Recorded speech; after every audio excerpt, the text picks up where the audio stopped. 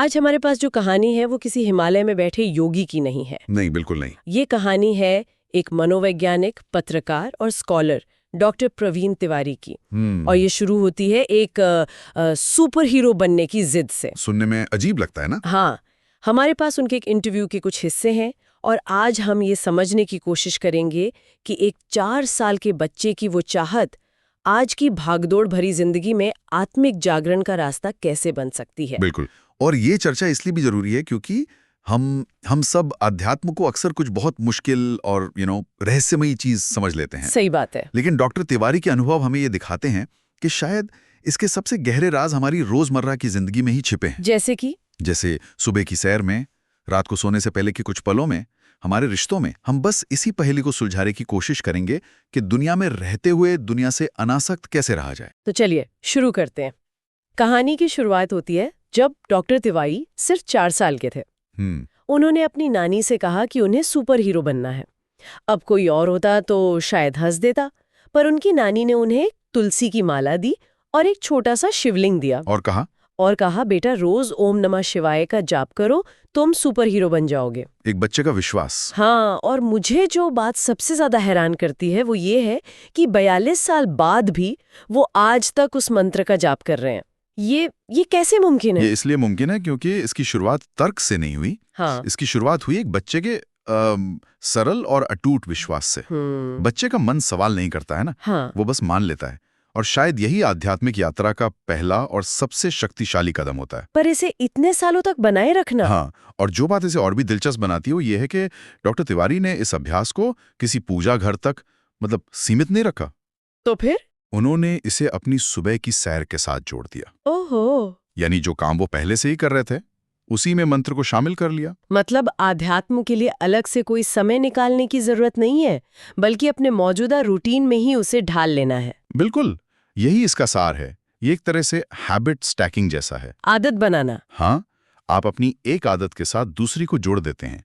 इससे आध्यात्म कोई बोझ नहीं लगता, बल्कि जिंदगी का एक सहज हिस्सा बन जाता है। ये आज के दौर के लिए तो बहुत ही व्यवहारिक तरीका है, जहां हर किसी के पास समय की कमी है। बिल्कुल, यात्रा विश्वास से शुरू हुई और व्यावहारिकता से जिंदा रही। ये दिलचस्प है कि उनकी यात्रा एक माला और मंत्र से शुरू हुई, जो एक बहुत ही व्यक्तिगत चीज है। लेकिन फिर इसमें एक और व्यक्ति की एंट्री होती है। गुरु की? हाँ, गुरु की। उनके जीवन में गुरु कई रूपों में आए। जैसे अभिनेता आशुतोष राणा ने उन्हें उनके गुरु पंडित देव प्रभाकर जी शास्त्री दद्दा जी से मिलवाया। पर वो स्वामी विवेकानंद और ओशो जैसे विचारकों को भी किताबों के जरिए अपना गुरु मानते हैं। हाँ। यहाँ मेरे मन में एक सवाल आता है, क्या एक किताब आपको सच में वो मार्गदर्शन दे सकती है जो एक जीवित गुरु देता है? क्या इसमें खुद को धोखा देने का खतरा नहीं है? ये बहुत जरूरी सवाल है। देखिए, गुरु कोई व्यक्ति नहीं है। गुरु एक चेतना है, एक ऊर्जा। हाँ, एक मार्गदर्शन देने वाली ऊर्जा। वो ऊर्जा आपको किसी जीवित व्यक्ति से भी मिल सकती है और किसी किताब से भी। लेकिन यहाँ पर जो असली चीज काम करती है वो है शरणागति। शरणागति यानी पूरी तरह से समर्पण। बिल्कुल। डॉक्टर तिवारी एक बहुत अच्छा उदाहरण देते हैं इसके लिए। वो कहते हैं कि हम भगवान से मदद मांगते हैं और फिर भी मन में चिंता करते रहते हैं। हाँ, और वो फिंगर्स क्रॉस्ड रखते हैं, है ना, ये सोचकर कि शायद हमारा भरोसा काफी नहीं है। हाँ, ये तो हम सब करते हैं। प्रार्थना भी करते हैं और प्लान बी भी तैयार रखते हैं। सही कहा। और शरणागति का मतलब है प्लान बी को छोड़ देना। इसका मतलब है ये मानना कि आप इस ब्रह्मांड के ड्राइवर नहीं हैं, सिर्फ एक यात्री हैं। जैसे जब आप बस में बैठते हैं तो आप ड्राइवर पर भरोसा करते हैं, है ना? आप बार बार जाकर स्टीयरिंग व्हील तो नहीं पकड़ते। नहीं, बिल्कुल नहीं। शरणागति वही भरोसा है, बस ब्रह्मांडीय पैमाने पर। और जब यह भरोसा गहरा होता है तब मार्गदर्शन कहीं से भी आ सकता है। जैसे डॉक्टर तिवारी बताते हैं कि ध्यान के दौरान उन्हें अपने गुरु की आवाज सुनाई दी, करत जाओ हम देख रहे हैं। हाँ, करत जाओ हम देख रहे हैं। ये आवाज इस गहरे भरोसे का ही नतीजा है। ये सुनने में जितना सरल है उतना ही गहरा भी है। ये आपको एक सुरक्षा का एहसास देता है। बिल्कुल। लेकिन इसी से जुड़ा एक और सवाल उठता है। आमतौर पर लोग सोचते हैं कि आध्यात्म का मतलब है घर परिवार नौकरी धंधा सब कुछ छोड़ देना, पर डॉक्टर तिवारी तो एक सफल पेशेवर जीवन जी रहे हैं। ये दोनों चीजें एक साथ कैसे चलती हैं? क्या भिखारी का त्याग, किसी काम का नहीं होता। मतलब ये कि जिसके पास कुछ है ही नहीं वो क्या त्यागेगा। त्याग तो उसका महान है जो सब कुछ हासिल करने के बाद भी उससे छिपका हुआ नहीं है। पहले दुनिया में रहो, संघर्ष करो, सफलता पाओ। हाँ, और फिर उससे अनासक्त होने का अभ्यास करो। अनासक्ति, ये शब्द सुनने में बहुत आता है। इसका असल मतलब क्या है? क्या इसका मतलब है कि हमें किसी चीज की परवाह नहीं करनी चाहिए? नहीं नहीं, बिल्कुल नहीं। परवाह करनी है, लेकिन उलझना नहीं है। इसकी सबसे अच्छी तुलना कमल के पत्ते से की जाती है। हाँ, कि वो रहता पानी में है, लेकिन पानी की एक बूंद भी उस पर नहीं ठहरती। बिल्कुल वही। अनासक्ति का मतलब है अपनी सारी जिम्मेदारियां निभाना, एक अच्छे पिता, पति या कर्मचारी बनना, लेकिन अपनी पहचान को इन भूमिकाओं से पूरी तरह नहीं जोड़ लेना। मतलब काम तो करना है, पर कर्ता का भाव नहीं रखना है। सही। भगवान राम का उदाहरण दिया गया है, जिन्हें 14 साल का वनवास झेलना पड़ा। चुनौतियां तो जीवन का हिस्सा हैं। अनासक्ति हमें उन चुनौतियों के बीच शांत रहने की शक्ति देती है। और शायद यहीं पर अहंकार की भूमिका आती है।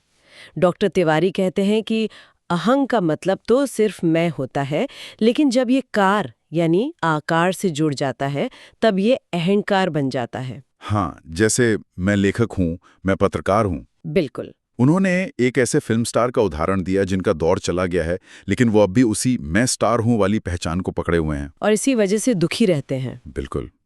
अहंकार या तो अतीत में जीता है या भविष्य की चिंता करता है। वो हमें वर्तमान में रहने ही नहीं देता। और जैसे ही हम अपनी भूमिकाओं से अपनी पहचान को अलग करना सीखते हैं, अहंकार वो कमजोर पड़ने लगता है। हम बस होने का अनुभव करते हैं, कुछ बने रहने का बोझ नहीं ढोते। एकदम सही। इसी होने के अनुभव से जुड़ी एक और गहरी बात उनके जीवन में है। वो कहते हैं कि वो पुनर्जन्म पर सिर्फ विश्वास नहीं करते, बल्कि उसे जानने का अनुभव भी रखते हैं। 3.5 साल की उम्र में वो बुरी तरह जल गए थे और डॉक्टरों ने बचने की कोई उम्मीद नहीं बताई थी। वो कहते हैं कि उस अनुभव ने उन्हें महसूस कराया कि उनकी ये जिंदगी एक तरह का बोनस है। ये बहुत बहुत बड़ा मानसिक बदलाव है। कैसे? जब आपको लगता है कि आप जो जी रहे हैं वो एक बोनस लाइफ है, तो आप छोटी छोटी चीजों से परेशान होना बंद कर देते हैं। मौत का डर वो खत्म हो जाता है। लेकिन यहाँ एक दिलचस्प विरोधाभास है। जहाँ एक तरफ वो पुनर्जन्म को जानते हैं, वहीं दूसरी तरफ वो लोगों को अपने पिछले जन्मों में झांकने की कोशिश करने के खिलाफ चेतावनी भी देते हैं। हाँ, उन्होंने ओशो की एक कहानी सुनाई थी जिसमें एक प्रोफेसर अपने पिछले जन्म को देखकर गहरे सदमे में चली जाती है। क्यों? क्योंकि वो उस जन्म के दुख और पीड़ा को अपने इस जीवन में ले आती है। और इसका तर्क बहुत सीधा और व्यवहारिक है। क्या? हमारे इस जीवन का ही इतना मानसिक बोझ है, इतना क्लटर है कि हम उसे ही नहीं संभाल पाते, तो फिर पिछले जन्मों का बोझ क्यों उठाना? ये तो अपनी हार्ड ड्राइव में और ज्यादा वायरस डालने जैसा है। बिल्कुल। इसके बजाय उन्होंने ये क्लटर साफ करने का एक बहुत ही कारगर तरीका बताया है। हाँ, वो रात वाली तकनीक।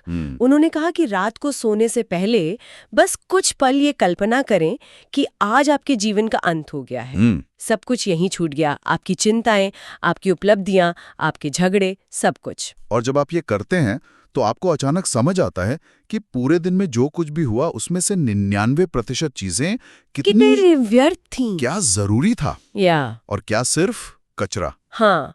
और फिर अगली सुबह जब आप उठते हैं तो ऐसा महसूस होता है जैसे ये एक नया जन्म है, एक नई शुरुआत, बिना किसी पुराने बोझ के। बिल्कुल। ये पिछले जन्म में जाने से कहीं ज्यादा शक्तिशाली अभ्यास है, क्योंकि ये आपको हर दिन एक नई जिंदगी जीने का मौका देता है, बिना किसी बोझ के जीना। और शायद इसी से विश्वास की वो शक्ति पैदा होती है जिसका जिक्र वो अपनी माँ के उदाहरण से करते हैं। हाँ, उनकी माँ जो माँ भगवती की उपासक हैं, वो कई बार गंभीर रूप से बीमार हुईं, पर उनका अटूट विश्वास था कि माँ भगवती से उनका सीधा संवाद है और वही उन्हें ठीक कर देंगी। और ऐसा हुआ भी। यहाँ जो सबसे गहरी बात है वो ये है कि डॉक्टर तिवारी किसी टोटके या उपाय को बढ़ावा नहीं दे रहे हैं। नहीं, वो ये नहीं कह रहे हैं कि कोई खास पूजा करने से सब ठीक हो जाता है। वो कह रहे हैं कि असली शक्ति उस पूजा या उस उपाय में नहीं है। तो फिर किस में है? वो शक्ति है उस पर व्यक्ति के अटूट विश्वास में। वो विश्वास ही है जो काम करता है। मतलब ये एक तरह का प्लेसिबो इफेक्ट है। आप इसे वो कह सकती हैं, लेकिन आध्यात्मिक स्तर पर ये आपकी चेतना को उस ब्रह्मांडीय ऊर्जा से जोड़ देता है जो कुछ भी कर सकती है। तो ये पूरी यात्रा ये विश्वास से शुरू होकर विश्वास पर ही पहुंचती है, और शायद इसी को जागना या अवेकनिंग कहते हैं। हाँ, जागने का मतलब यही है। हम सब अपने विचारों और चिंताओं की दुनिया में एक तरह से सो रहे हैं। या तो अतीत की यादों में खोए रहते हैं या फिर भविष्य की योजनाओं में। बिल्कुल। जागने का मतलब है इस नींद से बाहर निकलकर वर्तमान क्षण में पूरी तरह से सचेत और सतर्क हो जाना, अभी इसी पल में जीना। Here and now. हाँ, जो महात्मा या संत हमें एकदम शांत और स्थिर दिखते हैं, उनकी शक्ति का राज यही है, वो पूरी तरह से यहाँ और अभी में मौजूद होते हैं, जिससे मन का सारा कोलाहल वो शांत हो जाता है। तो इस पूरी चर्चा का सार ये नहीं है कि आध्यात्म के लिए हमें कुछ नया या मुश्किल करना है। नहीं। सार ये है कि रोजमर्रा की जिंदगी में जो कुछ हम पहले से कर रहे हैं, चाहे वो सुबह की सैर हो, रात को सोना हो या अपनी जिम्मेदारियां निभाना हो, उसी में एक छोटा सा मानसिक बदलाव लाकर एक गहरी जागरूकता जोड़कर जागा जा सकता है। ये पलायन नहीं बल्कि जुड़ाव है, अपने सच्चे स्वरूप से जुड़ाव। बिल्कुल। और अंत में एक विचार।